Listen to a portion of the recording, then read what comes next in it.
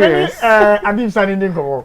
Now, Mimisano, you know, his position on the arrests being effected by the police when it comes to motorcycles. Is that the cure to your armed robbery cases I experience your man with him? Adib, good morning. Good morning. Me and Exanope. Boko.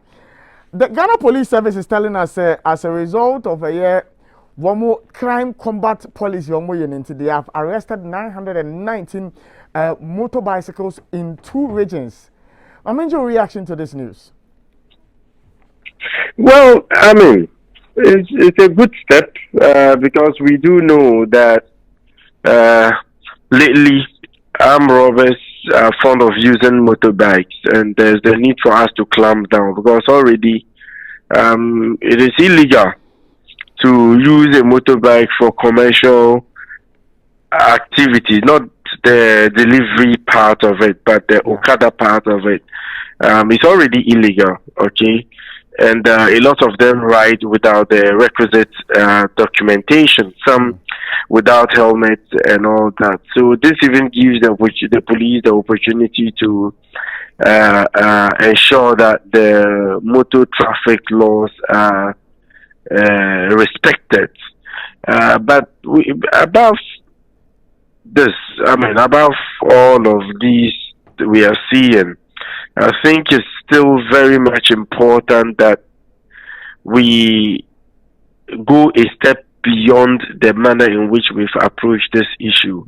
We need to, as a matter of urgency, improve intelligence so we are able to, rather than stand at traffic intersections and seize these bikes, perhaps with none of them being actually an armed robber, we can rather embark on surgical operations based on the actionable intelligence received. Okay, so in as much as I welcome this, it shouldn't also be a money-making venture for some officers, and it shouldn't also be used to harass persons who are on motorbikes but have the right documentation and under the law are allowed to use those bikes. I think it's important to take that into full consideration. It's interesting point Adibu making about one more enfant money making venture. Sorry, I thought Ghana Police for you. But you know, a corrupt human would always be corrupt. Even within the systems, only Obi Woho, he gets all the monies. But the little 1 city, 2 cities you get, he would want to take that one away from you. So, I mean, that should tell you the level of greed. Some embedded in some people. So, no matter how much you're paid, I mean, once you are corrupt, you would always be corrupt. But we have persons who are paid less, yet are able to maintain that level of integrity. Yesterday, I spoke with an Okada man who said that they stopped him, allegedly, according to him, and asked him to pay before they released the bike. And according to him, he gave 50 Ghana cedis, and they said, no, they're not going to accept that. In the end, it was 100 Ghana cedis that made them part ways, okay?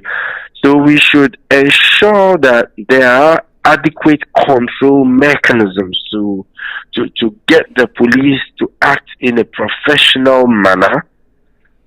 So in an attempt to solve a problem, we wouldn't be creating new problems, because in the midst of all these, we need the people to be part of that process. Where does the intelligence come from? A chunk of it from the civilian population. So if you take advantage of some of these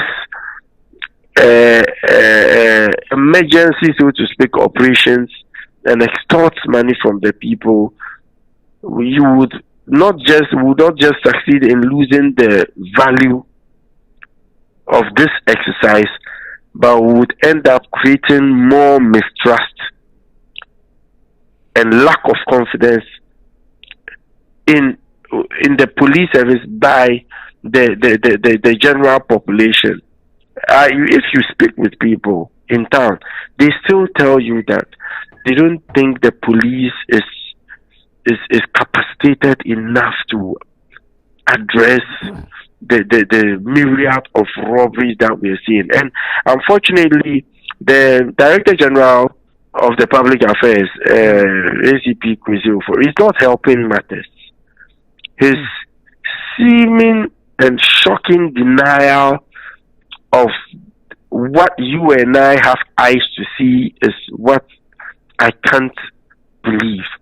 I mean, just Google the past month and see the number of robberies that have been recorded and the Rambo style in which it has been conducted. And for him to come out to say that, no, robberies are not on the rise, it's media sensationalism, is what really shocks me. Because you see, when you live a lie, when you create that false sense of security, people will let down their guards and become more vulnerable. But when you let the people understand that, hey, we are in desperate times, okay?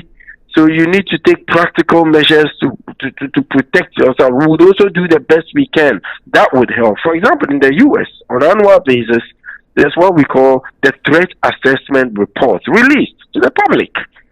And it gives you a true picture of what the threat to the US to US security is, both domestic and foreign, so that the people know about this. But in Ghana, because of the politics, we succeeded in injecting some political poison to some extent into the workings of the police. There's always a tendency to cover up the real facts, to make politicians look good in the eyes of the public. You don't need to cover up to make them look good, because we need to know the truth. Adib, in ending our conversation, we have been citing some officers fully armed at certain vantage places. Would this help in curbing these armed robbery cases we've been witnessing? Well, it's definitely a show of force. It would help to some extent, not entirely. Like we always say, security is not an event. It is a process. So you keep changing. It's dynamic depending on, how things unfold. Okay. But I think that the presence of the officers would send a clear signal, psychological signal to the robbers that, hey, you are not in charge, we are rather in charge. Because at the point, I was tempted to feel that these guys are staging these attacks to send a message to the effect that, hey, you have a new IGP. Yeah, you are saying great things about him, but we are still in charge. But no, it has to be the other way.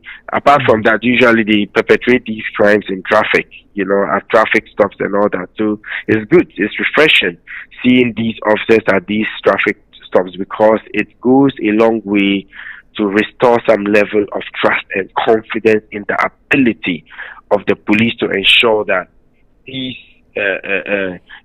robbers are neutralized once and for all, and the need for people to be part of that process.